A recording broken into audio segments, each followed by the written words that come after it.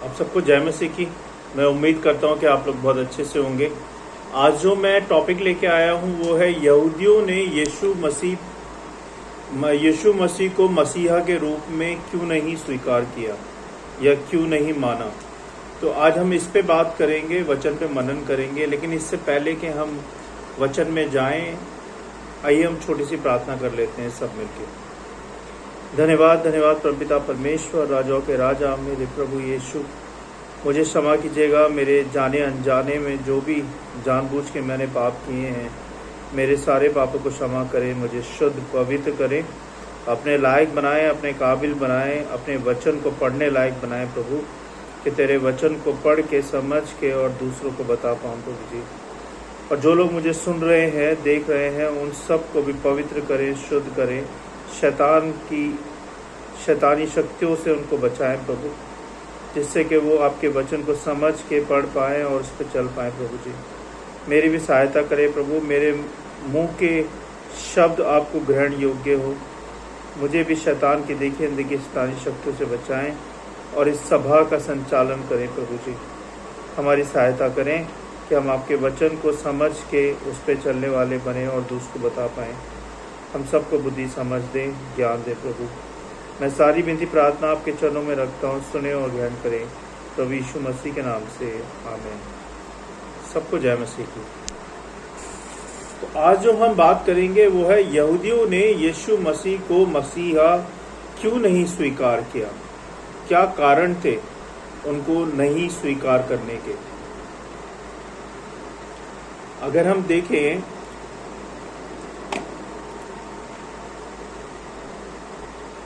प्रभु पहला कारण जो था,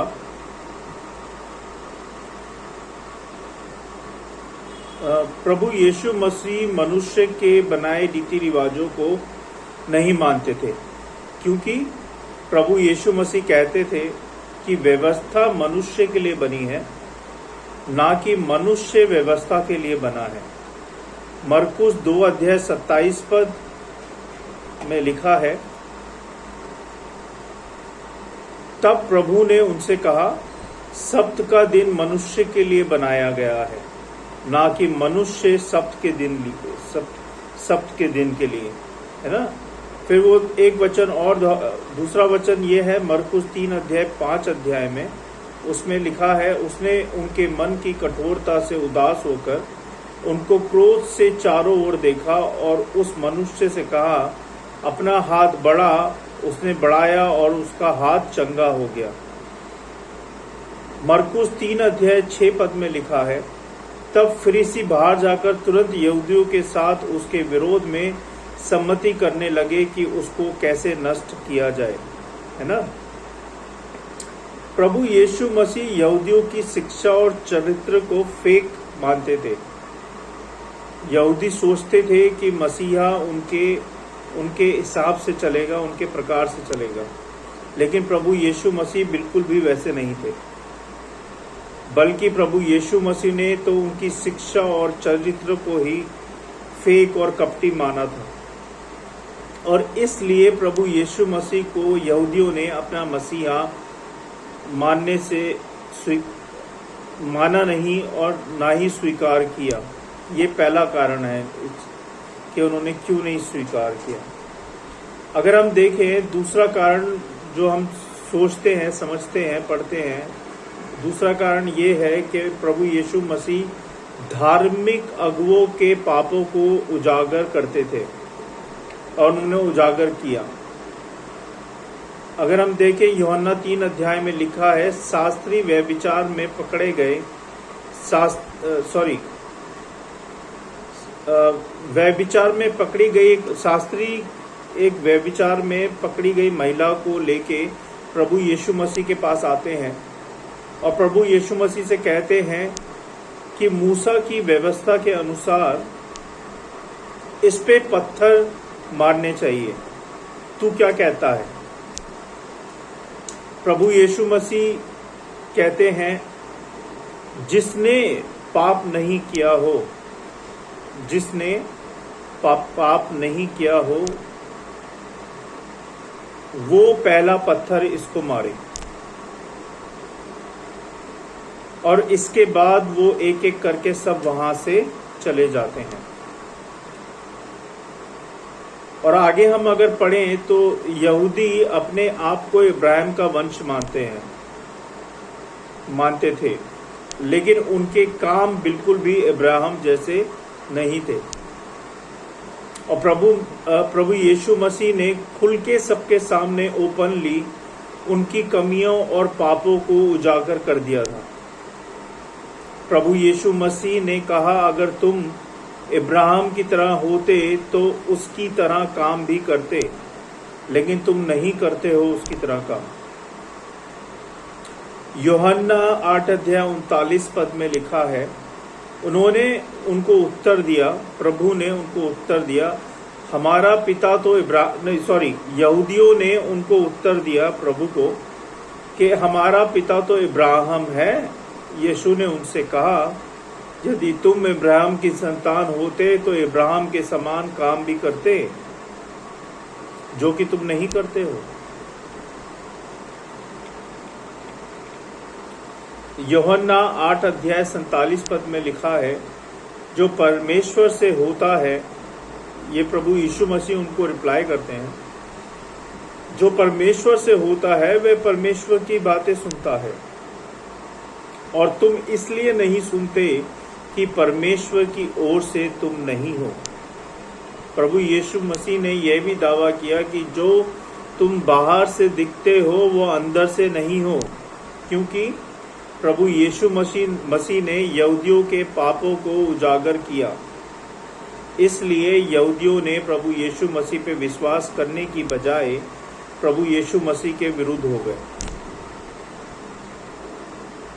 तीसरी बात हम देखेंगे, यहूदियों ने मसीहा से जुड़ी भविष्यवाणियों को गलत व्याख्या की। दोस्तों, अगर पुराने नियम में भविष्यवाणियों को पुराने नियम की भविष्यवाणियों को यहूदी कभी भी समझ नहीं पाए। इसलिए प्रभु यीशु मसीह उनसे कहते हैं, क्या तुमने पवित्र शास्त्र में ये नहीं पढ़ा है? क्या तुमने पवित्र शास्त्र में ये नहीं पढ़ा है? मत्ती 21:42 में लिखा है, यीशु ने उनसे कहा, क्या तुमने कभी पवित्र शास्त्र में ये नहीं पढ़ा, जिस पत्थर को राजमिस्त्री ने निकम्मा ठहराया था वही कोने के सिरे का पत्थर हो गया। यह प्रभु की ओर से हुआ और हमारी दृष्टि में अद्भुत है। प्रभु यीशु मसीह फिर उनको उत्तर देते हैं कि तुम परमेश्वर और पवित्र शास्त्र की सामर्थ्य को नहीं जानते, तुम इसी कारण भूल में पड़े हुए हो। अब यहूदी तो मानते थे कि वही याजक और व्यवस्था के एक्सपर्ट है, लेकिन प्रभु यीशु मसीह ने यह दावा किया कि तुम एक्सपर्ट तो हो, लेकिन तुम पवित्र शास्त्र को नहीं जानते। जी हाँ, पूरा पवित्र शास्त्र प्रभु यीशु मसीह की गवाही देता है, लेकिन यहूदी कभी भी इस सच्चाई को नहीं समझ पाए। अगर हम आगे देखें, चौथा जो कारण है कि प्रभु को उन्होंने मसीहा के रूप में स्वीकार क्यों नहीं किया, यहूदियों ने प्रभु यीशु मसीह से बढ़कर धार्मिक अगुवों की बात मानी। ऐसा नहीं था कि प्रभु यीशु मसीह ने उनके बीच में कभी कोई चमत्कार नहीं किए। बहुत सारे चमत्कार किए हैं उनके बीच में। प्रभु यीशु मसीह ने उनको यकीन दिलाने के लिए सब कुछ किया जो वो कर सकते थे, लेकिन उन्होंने सच की बजाय झूठ को चुना। और इसलिए प्रभु यीशु मसीह ने कहा, मत्ती 15:14 में लिखा है, उनको जाने दो, वे अंधे मार्गदर्शक हैं, और अंधा यदि अंधे को मार्ग दिखाए तो दोनों ही गड्ढे में गिर पड़ेंगे। अगर अंधा अंधे को मार्ग दिखाएगा तो नेचुरल बात है कि दोनों ही गड्ढे में गिर पड़ेंगे।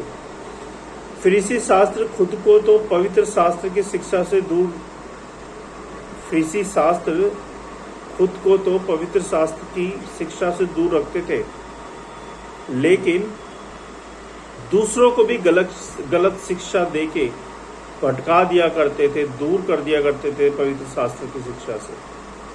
प्रभु यीशु मसीह ने कहा क्योंकि मैं सच बोलता हूं। प्रभु यीशु मसीह ने शास्त्रियों को कहा क्योंकि मैं सच बोलता हूं, इसी कारण तुम मेरा विश्वास नहीं करते। और यहूदियों की सबसे बड़ी कमी यही थी कि सच्चाई को उन्होंने छोड़ दिया और झूठ को अपना लिया। सबसे बड़ी यही कमी थी, जबकि सच्चाई उनके सामने थी प्रभु यीशु मसीह के रूप में। पांचवा कारण, सबसे बड़ा कारण मुझे लगता है क्योंकि प्रभु यीशु मसीह के एक राजनीतिक अगुवे नहीं थे। यहूदी एक शक्तिशाली और प्रभावशाली के मसीहा का इंतजार कर रहे थे, जो दाऊद के समान राज्य करेगा और इज़राइल को बहुत पावरफुल बना देगा। लेकिन भविष्यवाणी में तो कभी भी प्रभु यीशु मसीह को पॉलिटिकल फिगर के बारे में नहीं दर्शाया गया है। भविष्यवाणी में तो हमेशा दुखी मसीहा के बारे में दर्शाया गया है, जिस पे ताड़ना होगी, वो मारा जाएगा। और इसी भविष्यवाणी को हम पढ़ सकते हैं वचन के अंदर। और प्रभु यीशु मसीह ने कभी भी इस पृथ्वी पर अपना राज्य स्थापित नहीं किया। यूहन्ना 18 अध्याय 36 पद में लिखा है, यीशु ने उत्तर दिया, मेरा राज्य इस संसार का नहीं। यदि मेरा राज्य इस संसार का होता तो मेरे सेवक लड़ते कि मैं यहूदियों के हाथ सौंपा ना जाता, परंतु मेरा राज्य यहाँ का नहीं है। तो दोस्तों, इन कारणों की वजह से यहूदियों ने प्रभु यीशु मसीह को स्वीकार नहीं किया। अगर आपको लगता है कि और भी कारण हैं जिनकी वजह से यहूदियों ने प्रभु यीशु मसीह को स्वीकार नहीं किया, तो आप मुझे लिखें, टेक्स्ट करें कमेंट बॉक्स में। मैं उम्मीद करता हूं कि आपको आज के वचनों के द्वारा बहुत बहुत आशीषें मिलें, बहुत बहुत ब्लेसिंग्स मिलें आपके परिवार को, आपको, आपकी फैमिली को। धन्यवाद। God bless you all. आइए हम सब मिलकर प्रार्थना करेंगे। धन्यवाद, धन्यवाद परमपिता परमेश्वर, राजाओं के राजा प्रभु यीशु, मैं धन्यवाद देता हूँ आज के वचन के लिए कि आपने हमें सिखाया कि आप उनके सामने थे लेकिन उन्होंने आप पे विश्वास नहीं किया। प्रभु जी, वो सच्चाई को छोड़ झूठ के पीछे हो लिए प्रभु जी। लेकिन प्रभु ऐसा हमारे साथ ना होने दे। जब आप आए तो हम आपको पहचान पाएं प्रभु, हम आपको जान पाएं प्रभु जी। हम सबको शुद्ध करें, पवित्र करें, जिससे कि हम आपको पहचान पाएं प्रभु जी जब आप आएँ। हम सबके मनों से बात करें प्रभु, हम सबको बुद्धि समझ दें कि हम आपसे बात कर पाएँ, आपको समझ पाएँ, आपकी बातों को समझ पाएँ प्रभु जी। हम सबकी सहायता मदद करें, हमारे परिवारों के, हमारे बच्चों को, हमारे परिवारों को संभालें प्रभु जी। बहुत बहुत धन्यवाद आज के वचन के लिए, जो हमें काटता है, छाटता है, अपने रास्तों पे लेके चलता है। होने दे प्रभु के तेरे जीवित वचन की ओर हम बढ़ते जाएं, तेरे विश्वास में बढ़ते जाएं प्रभु, तेरी महिमा में बढ़ते जाएं। हम सबसे प्रभु अपनी महिमा लें, हमें आत्मिक रीति से बड़ा परमेश्वर, हम सबकी सहायता करें। बहुत बहुत धन्यवाद प्रभु आज के वचन के लिए। जो लोग मुझे देख रहे, सुन रहे हैं प्रभु, उनको, उनके परिवारों को, उनके बच्चों को, उनके कामकाज में आशीष बरकत दे परमेश्वर, सहायता मदद करें सबकी। बहुत बहुत धन्यवाद प्रभु एक बार फिर से सब बातों के लिए, सारी आशीषों के लिए। इस वचन की रखवाली करें, करोड़ों गुना फैले प्रभु जी आपका वचन, सहायता करें। मैं सारी विनती प्रार्थना आपके चरणों में रखता हूँ, सुने और ग्रहण करें प्रभु यीशु मसीह के नाम से, आमीन। सबको जय मसीह की। God bless you all. Thank you so much.